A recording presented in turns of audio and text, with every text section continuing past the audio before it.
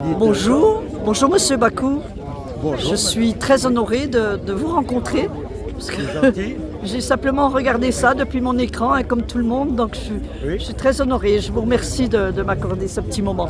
Alors dites-moi, le tout premier Dakar pour vous, c'était C'était en 1981 et j'étais avec une Yamaha 500 XT et j'étais pilote officiel de Yamaha France et j'étais en même temps concessionnaire moto à Tours.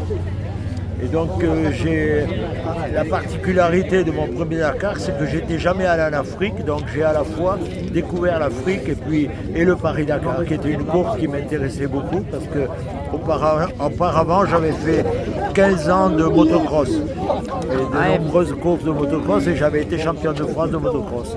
Et donc j'ai participé au Paris-Dakar, j'ai fait une excellente course parce que j'ai terminé deuxième au classement général, derrière Hubert Auriol, qui n'est plus là, hélas.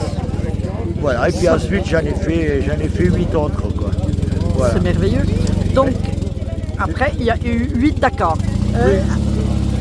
Et cette moto, vous m'expliquez un petit peu Oui, si vous voulez.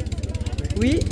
Elle a participé au Dakar en quelle année, celle-ci? Non. Elle n'a jamais participé au Dakar, mais c'est une moto que j'ai faite pour la route des légendes, là où nous sommes. D'accord. Parce que si vous voyez de ce côté, elle est BMW Le Point, comme la moto d'Hubert Auriol, c'est un clin d'œil pour lui. Et de l'autre côté, elle a le design de Yamaha. Très touchant. Voilà, c'est pour ça. C'est très touchant. Ben, c'est une belle histoire cette moto quand même. Voilà. Mais écoutez, aujourd'hui, il y a du monde qui admire ce Dakar, enfin, les participants, cette route des légendes. Ça a été une épreuve médiatique incroyable dans les années 80.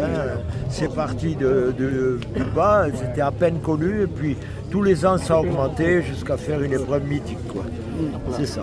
Voilà. Moi, j'avoue ne plus regarder depuis 10 ans le Dakar d'aujourd'hui. J'aimais cette époque quand il y avait encore des boucs non électroniques. Bien sûr. Voilà. Alors c'était un Paris-Alger-Dakar, c'est-à-dire le vrai. Et puis que l'Afrique. Et ensuite, quand l'Afrique s'est arrêtée, c'est plus devenu la même épreuve. Il n'y a plus l'esprit d'aventure. Non, c'est vrai que ça a bien changé. Après, voilà, mais moi j'ai aimé ces Dakars-là. Pour moi, ce sont les vrais.